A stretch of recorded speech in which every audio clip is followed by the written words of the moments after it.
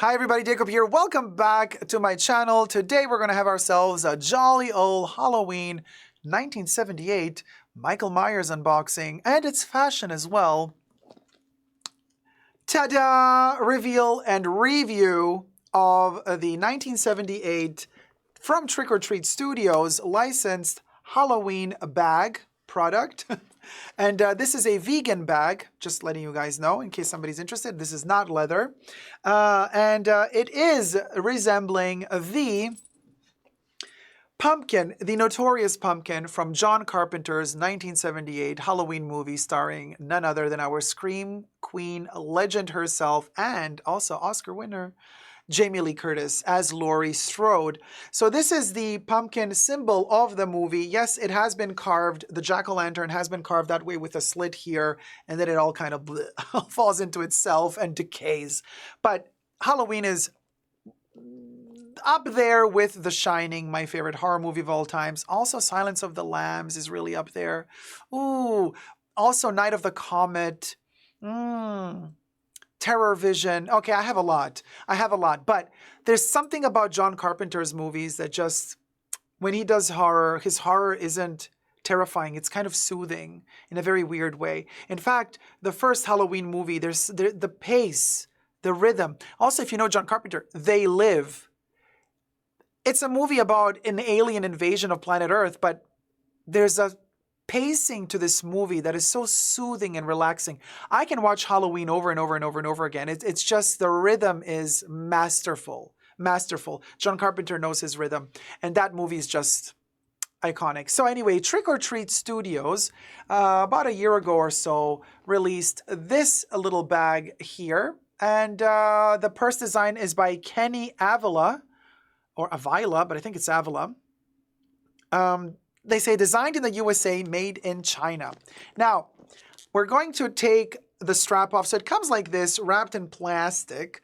And then it comes with a strap chain attached here, which, before we cut this open, I just want to say, already from the get-go, I would have preferred this bag to have a top handle. You know, just to wear it as a top handle like this without it just being crossbody. Or at least give us the option for the bag to have detachable straps from the D-ring. Because as you can see, these are stitched. They're not, these are stitched, they're not detachable. So that's a kind of a miss for me, because I do also with the long hair, if I wear this crossbody, eventually the strap is going to pull on my hair and it really irritates me. But lately I've been enjoying, aside from the hair issue, I've been enjoying quite a bit top handle bags, so it would have been really cool to have an option to wear this as a top handle bag. But subscribe to my channel if you haven't already. Thumb up this video, and you can also join me on Patreon, superdacob all spelled together, for extra perks, including partaking in the filming of all of these videos live before they hit my channels. And I want to say hi to my co-chatters. So usually I do like luxury bags unboxings, but I do love my pop culture references. And to me, this bag is not any tad bit less luxurious than if it were a Chanel or an Hermes bag, because I love these more. They have more soul in them, you know. They have more of a story about them. So it comes stuffed with all of these papers. So there's 3 of these papers in there. And then when you look inside, you get 2 separate pockets, like side pockets. And then there's a main compartment in here as well. By the way, not sponsored. I bought this bag myself, just FYI. Honest opinion, as they say, honest opinion. This is my honest opinion. I love the fact that it's padded, okay? You wouldn't think from a bag like this that has this pleather on it that it would, you know, you would think it's just going to have 2 textures stitched together, the black and the orange, and then that's it. And then on the inside, you do have an orange lining, like a nylon-y kind of woven synthetic lining, but you wouldn't think that a bag like this would be padded. Would you? I wouldn't. Well, you'd be wrong. It's padded. It's super soft. The padding is thick enough. It's like a spongy padding. I hope it's not going to, you know, degrade really soon in time, because sometimes these interior, like if they put just sponge inside, it dries up after certain years and it just crumbles into dust. And then it becomes really messy because then it kind of trickles through the nylon woven material and you get always dust in the bag. So I hope that's not going to be the case with this one. It might.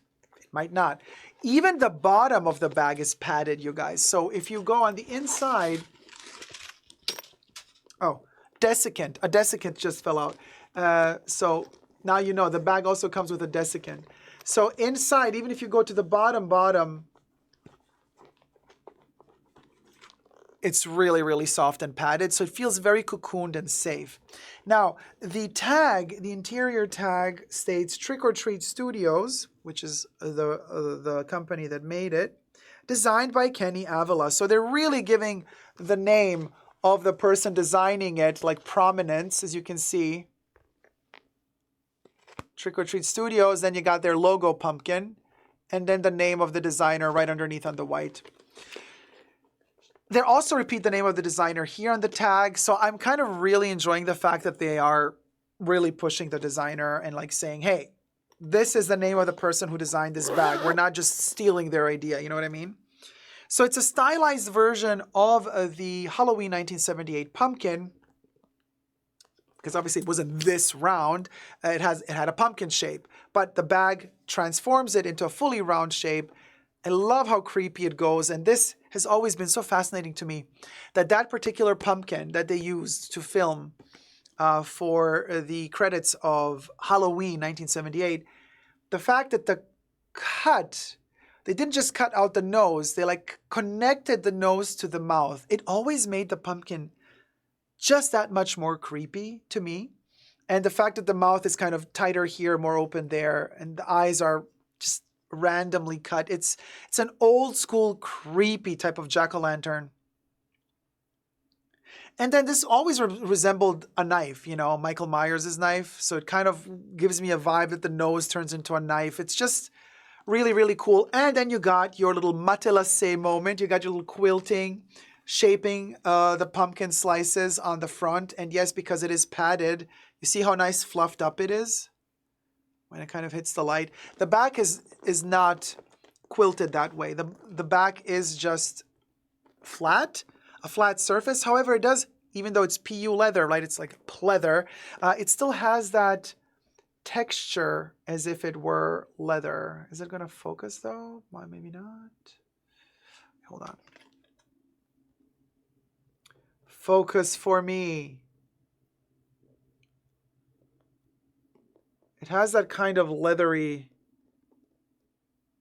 structured surface or texture on the orange. Now, orange being one of my favorite colors. So I know a lot of people don't like orange. I think orange is beautiful. Especially I love Halloween colors. Orange with black, purple, and green. Green for the witches. The purple hues for the skeletons and the ghouls. And then we got the orange for the jack-o'-lanterns. Okay, I'm cutting through the paper. So we're going to release this shoulder strap. Not a fan of it. I'm already seeing now. I mean, it's a pleather. It's thick enough, okay? It's thick enough, but it's adjustable as well. It can go really long. You know, you can kind of... It's really hard to adjust, though, because you would have to pull this out and then extend it. I'm not even going to bother doing that. I'm just going to put it on like this. And you see, it's tucking on my hair already. So here you go. I'm wearing a Jeremy Scott for Moschino, Jeremy Scott for Adidas, like fluffy top from like 2015, 2014. It's like really old. I just love it so much. So I'll wear this until it falls apart, basically. But anyway,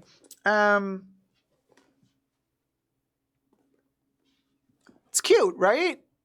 Love the combo. You can't go wrong. Black and white and orange. I mean, but so yeah, crossbody. Of course, it's meant to be worn crossbody. You could also wear it just, crossbody again, just off the shoulder.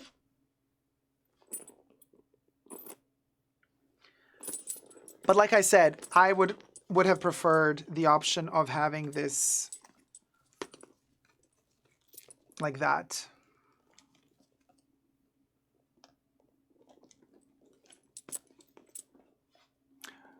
love the top handle, kind of, you know, classical vintage aesthetic of it, like holding a bag just like here, like that.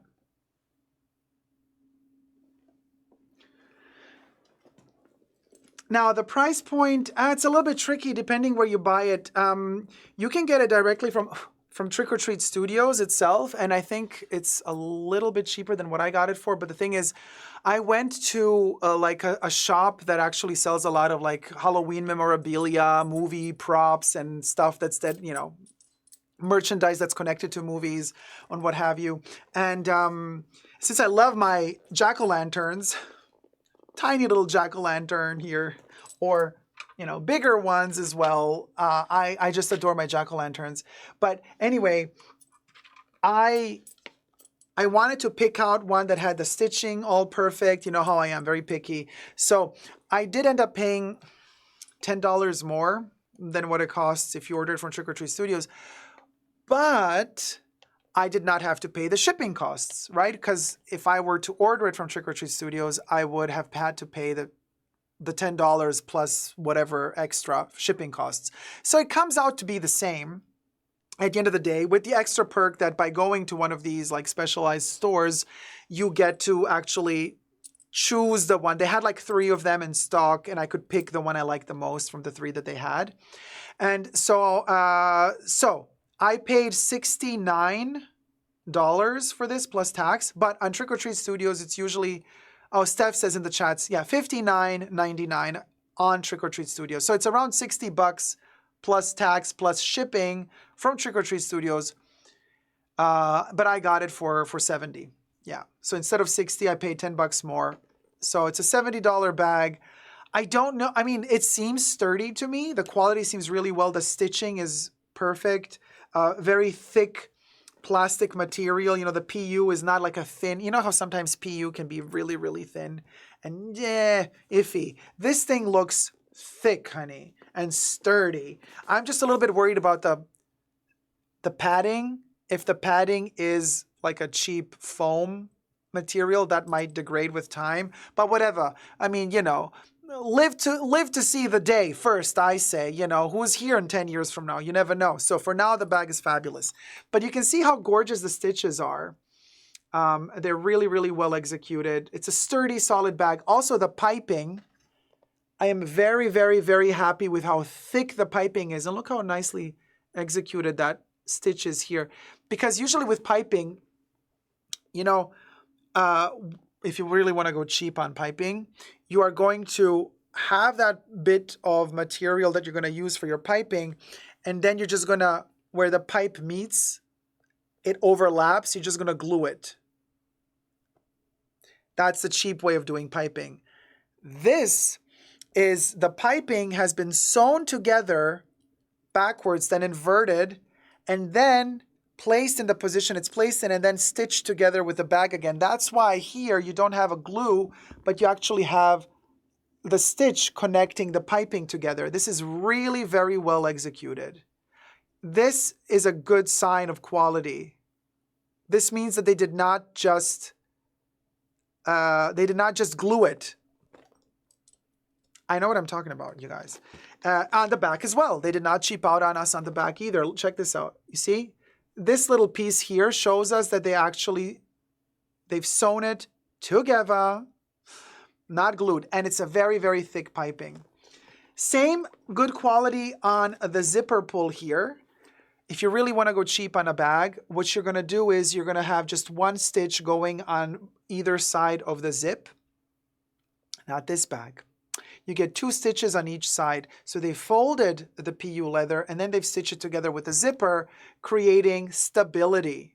Really, really stability. See how this looks? Very, very, very well executed. This is not a quickly produced piece. Like, some attention went into it. So is it a $60 bag? I know I paid $70, but is it like a $60 bag? Yes. Yes. It is. I mean, of course, they make a profit off of it. I'm sure they produce these by the dozens, you know what I mean? So they are making a good profit off of it. But I'm just saying, you know, a lot of luxury brands would have claimed, oh, sustainability, that's why we're doing the vegan bag, so we're going to charge you $2,000 for it. Put a Chanel logo on this and you can easily charge $3,000 for it. You know what I mean? So that's why I'm telling you, the quality is there, okay? The quality is there. The zipper is plastic, but the zipper pull is metal. Oh, there's another logo in there. Okay, so they also have the Halloween logo hiding on the side right there. So here we have the Trick or Treat Studio logo I showed you before. And then behind it, right there, is the Halloween movie logo, okay, with the copyright and all that good stuff.